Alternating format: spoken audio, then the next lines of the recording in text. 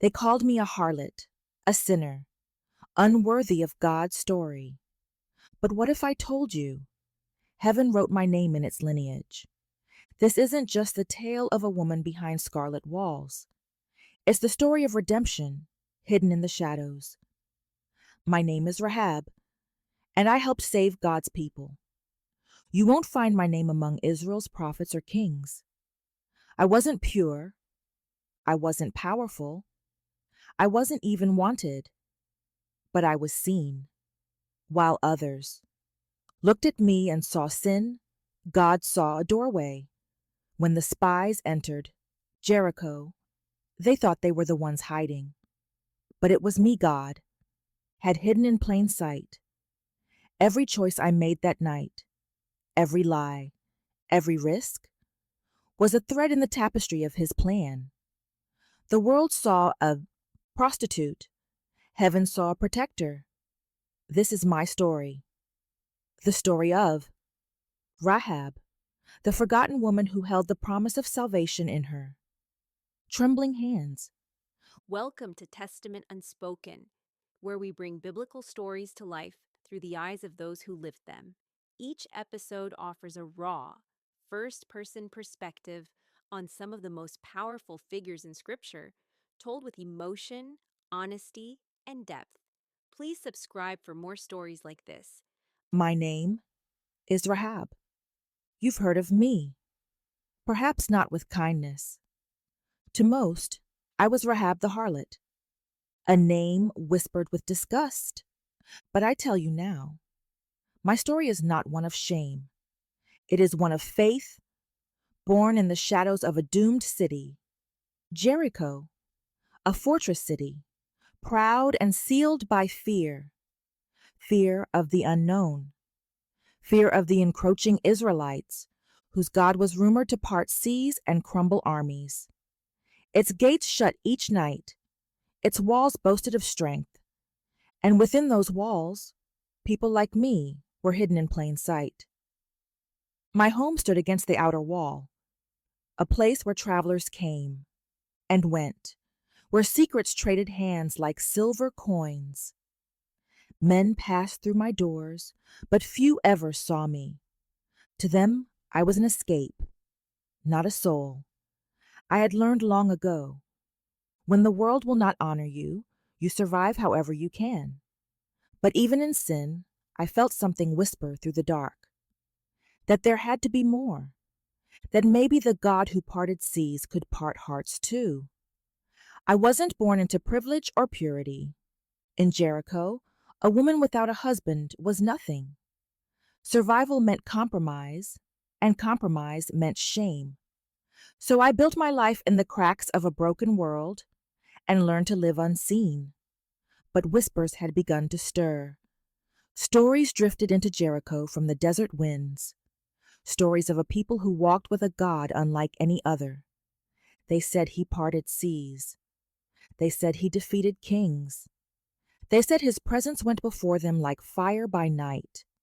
And as their camp drew nearer, fear filled every heart in Jericho. The city trembled at their name, Israel. Some mocked, some prayed to stone gods. But me? I listened, because somewhere deep inside, I believed their God was real. And if he could deliver them, maybe, just maybe, he could deliver someone like me. Even our mighty soldiers trembled.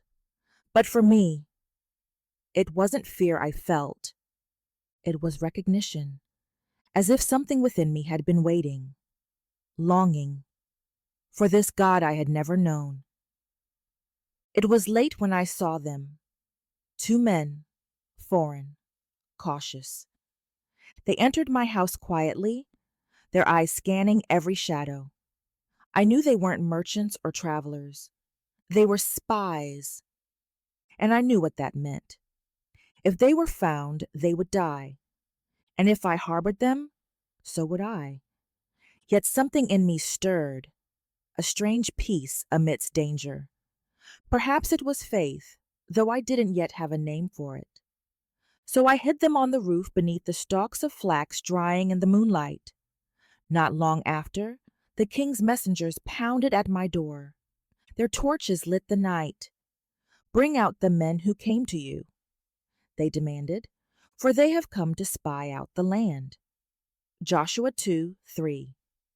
My heart raced. In that moment, I could have betrayed them, saved myself, but something greater gripped me, a certainty that I was standing between life and destruction. Lies burned on my tongue, but truth burned deeper in my heart. "They came," I said, "but they have already left. If you hurry, you may yet catch them." And as the soldiers vanished into the night, I climbed to the roof where the men hid. I hid them beneath flax stalks on the roof. My heart thundered as soldiers searched earlier, my hands trembling not from fear, but from awe. Under the stars, I whispered what my city dared not admit. "I know that the Lord has given you this land. The fear of you has fallen upon us, for we have heard how the Lord dried up the waters of the Red Sea before you." Joshua 2:9-10. I told them the truth that Jericho's walls could not hide. I told them, "I know that the Lord has given you this land, and that a great fear of you has fallen on us, so that all who live in this country are melting in fear because of you. For we have heard how the Lord dried up the water of the Red Sea for you when you came out of Egypt, and what you did to Sihon and Og, the two Amorite kings east of the Jordan, whom you completely destroyed. When we heard of it, our hearts melted in fear, and everyone's courage failed because of you. For the Lord your God is God in heaven above and on earth below. Our courage had melted. Our gods were silent. But their God, your God, He is God in heaven above and on the earth beneath." Joshua 2:11. Then I made a plea, trembling. "Swear to me by the Lord, since I have shown you kindness, that you will show kindness to my family." They looked at me, two strangers, yet not strangers to mercy, and they said, "Our life for yours." They gave me a sign, a scarlet cord. "Bind this cord in your window," they said, "and when the walls fall, you and all within your house will be spared." Joshua 2:18. That night, as I tied the crimson thread, I thought of what that color meant: blood, covenant, deliverance. The cord swayed in the desert breeze like a whisper of hope. It was fragile, yes, but so was my faith. And still, it held. Days passed. Outside, the camp of Israel grew. I watched from my window as their fires dotted the horizon. My city tightened its defenses. Fear became our daily bread. Every sound, every trumpet, every footstep made my heart pound. The priests with their trumpets, the Ark of the Covenant. It was baffling, terrifying, and yet there was a strange, undeniable peace. But I remembered their words: "Our life for yours." So I gathered my family, my father, mother, brothers, and sisters. We stayed within my walls. We waited. Faith often feels like waiting in the dark, holding on when the world shakes. Then it came. The sound. Trumpets. Long, haunting blasts echoing through Jericho streets. Day after day, they marched, once around the city. Silent. No shouts. No weapons raised. Only the steady rhythm of faith. And on the seventh day, everything changed. They marched 7 times. Then, a cry, a sound that shook the heavens, and the walls began to fall. Stones split like thunder. Dust rose in clouds. Cries filled the air as Jericho's strength crumbled. But amid the ruin, my house stood. The scarlet cord fluttered against the smoke-stained sky. I remember the moment they came. The same men who once hid on my roof, now clothed in victory. They entered through the broken gates, searching. And when they saw the cord, they called out, "Bring out Rahab and all who belong to her." Joshua 6:22. They found us, just as they promised. The spies came back, not as fugitives, but as conquerors. They took me and my family out from the ruins, and for the first time in my life, I walked out clean.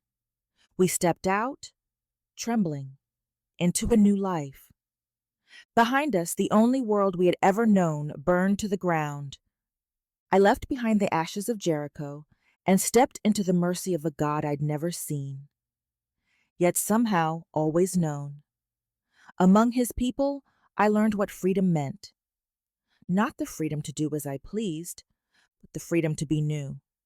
Ahead of us stood Israel, a people set apart for a God who redeems. They spared us. They kept their promise. And from that day forward, I lived among them, not as a harlot, but as a woman reborn. Time passed. I learned their ways. I learned their songs. And I came to know their God, the one who saw me before I ever saw him. I married a man named Salmon from the tribe of Judah. Together, we had a son, Boaz. And through Boaz came Jesse. And through Jesse, David.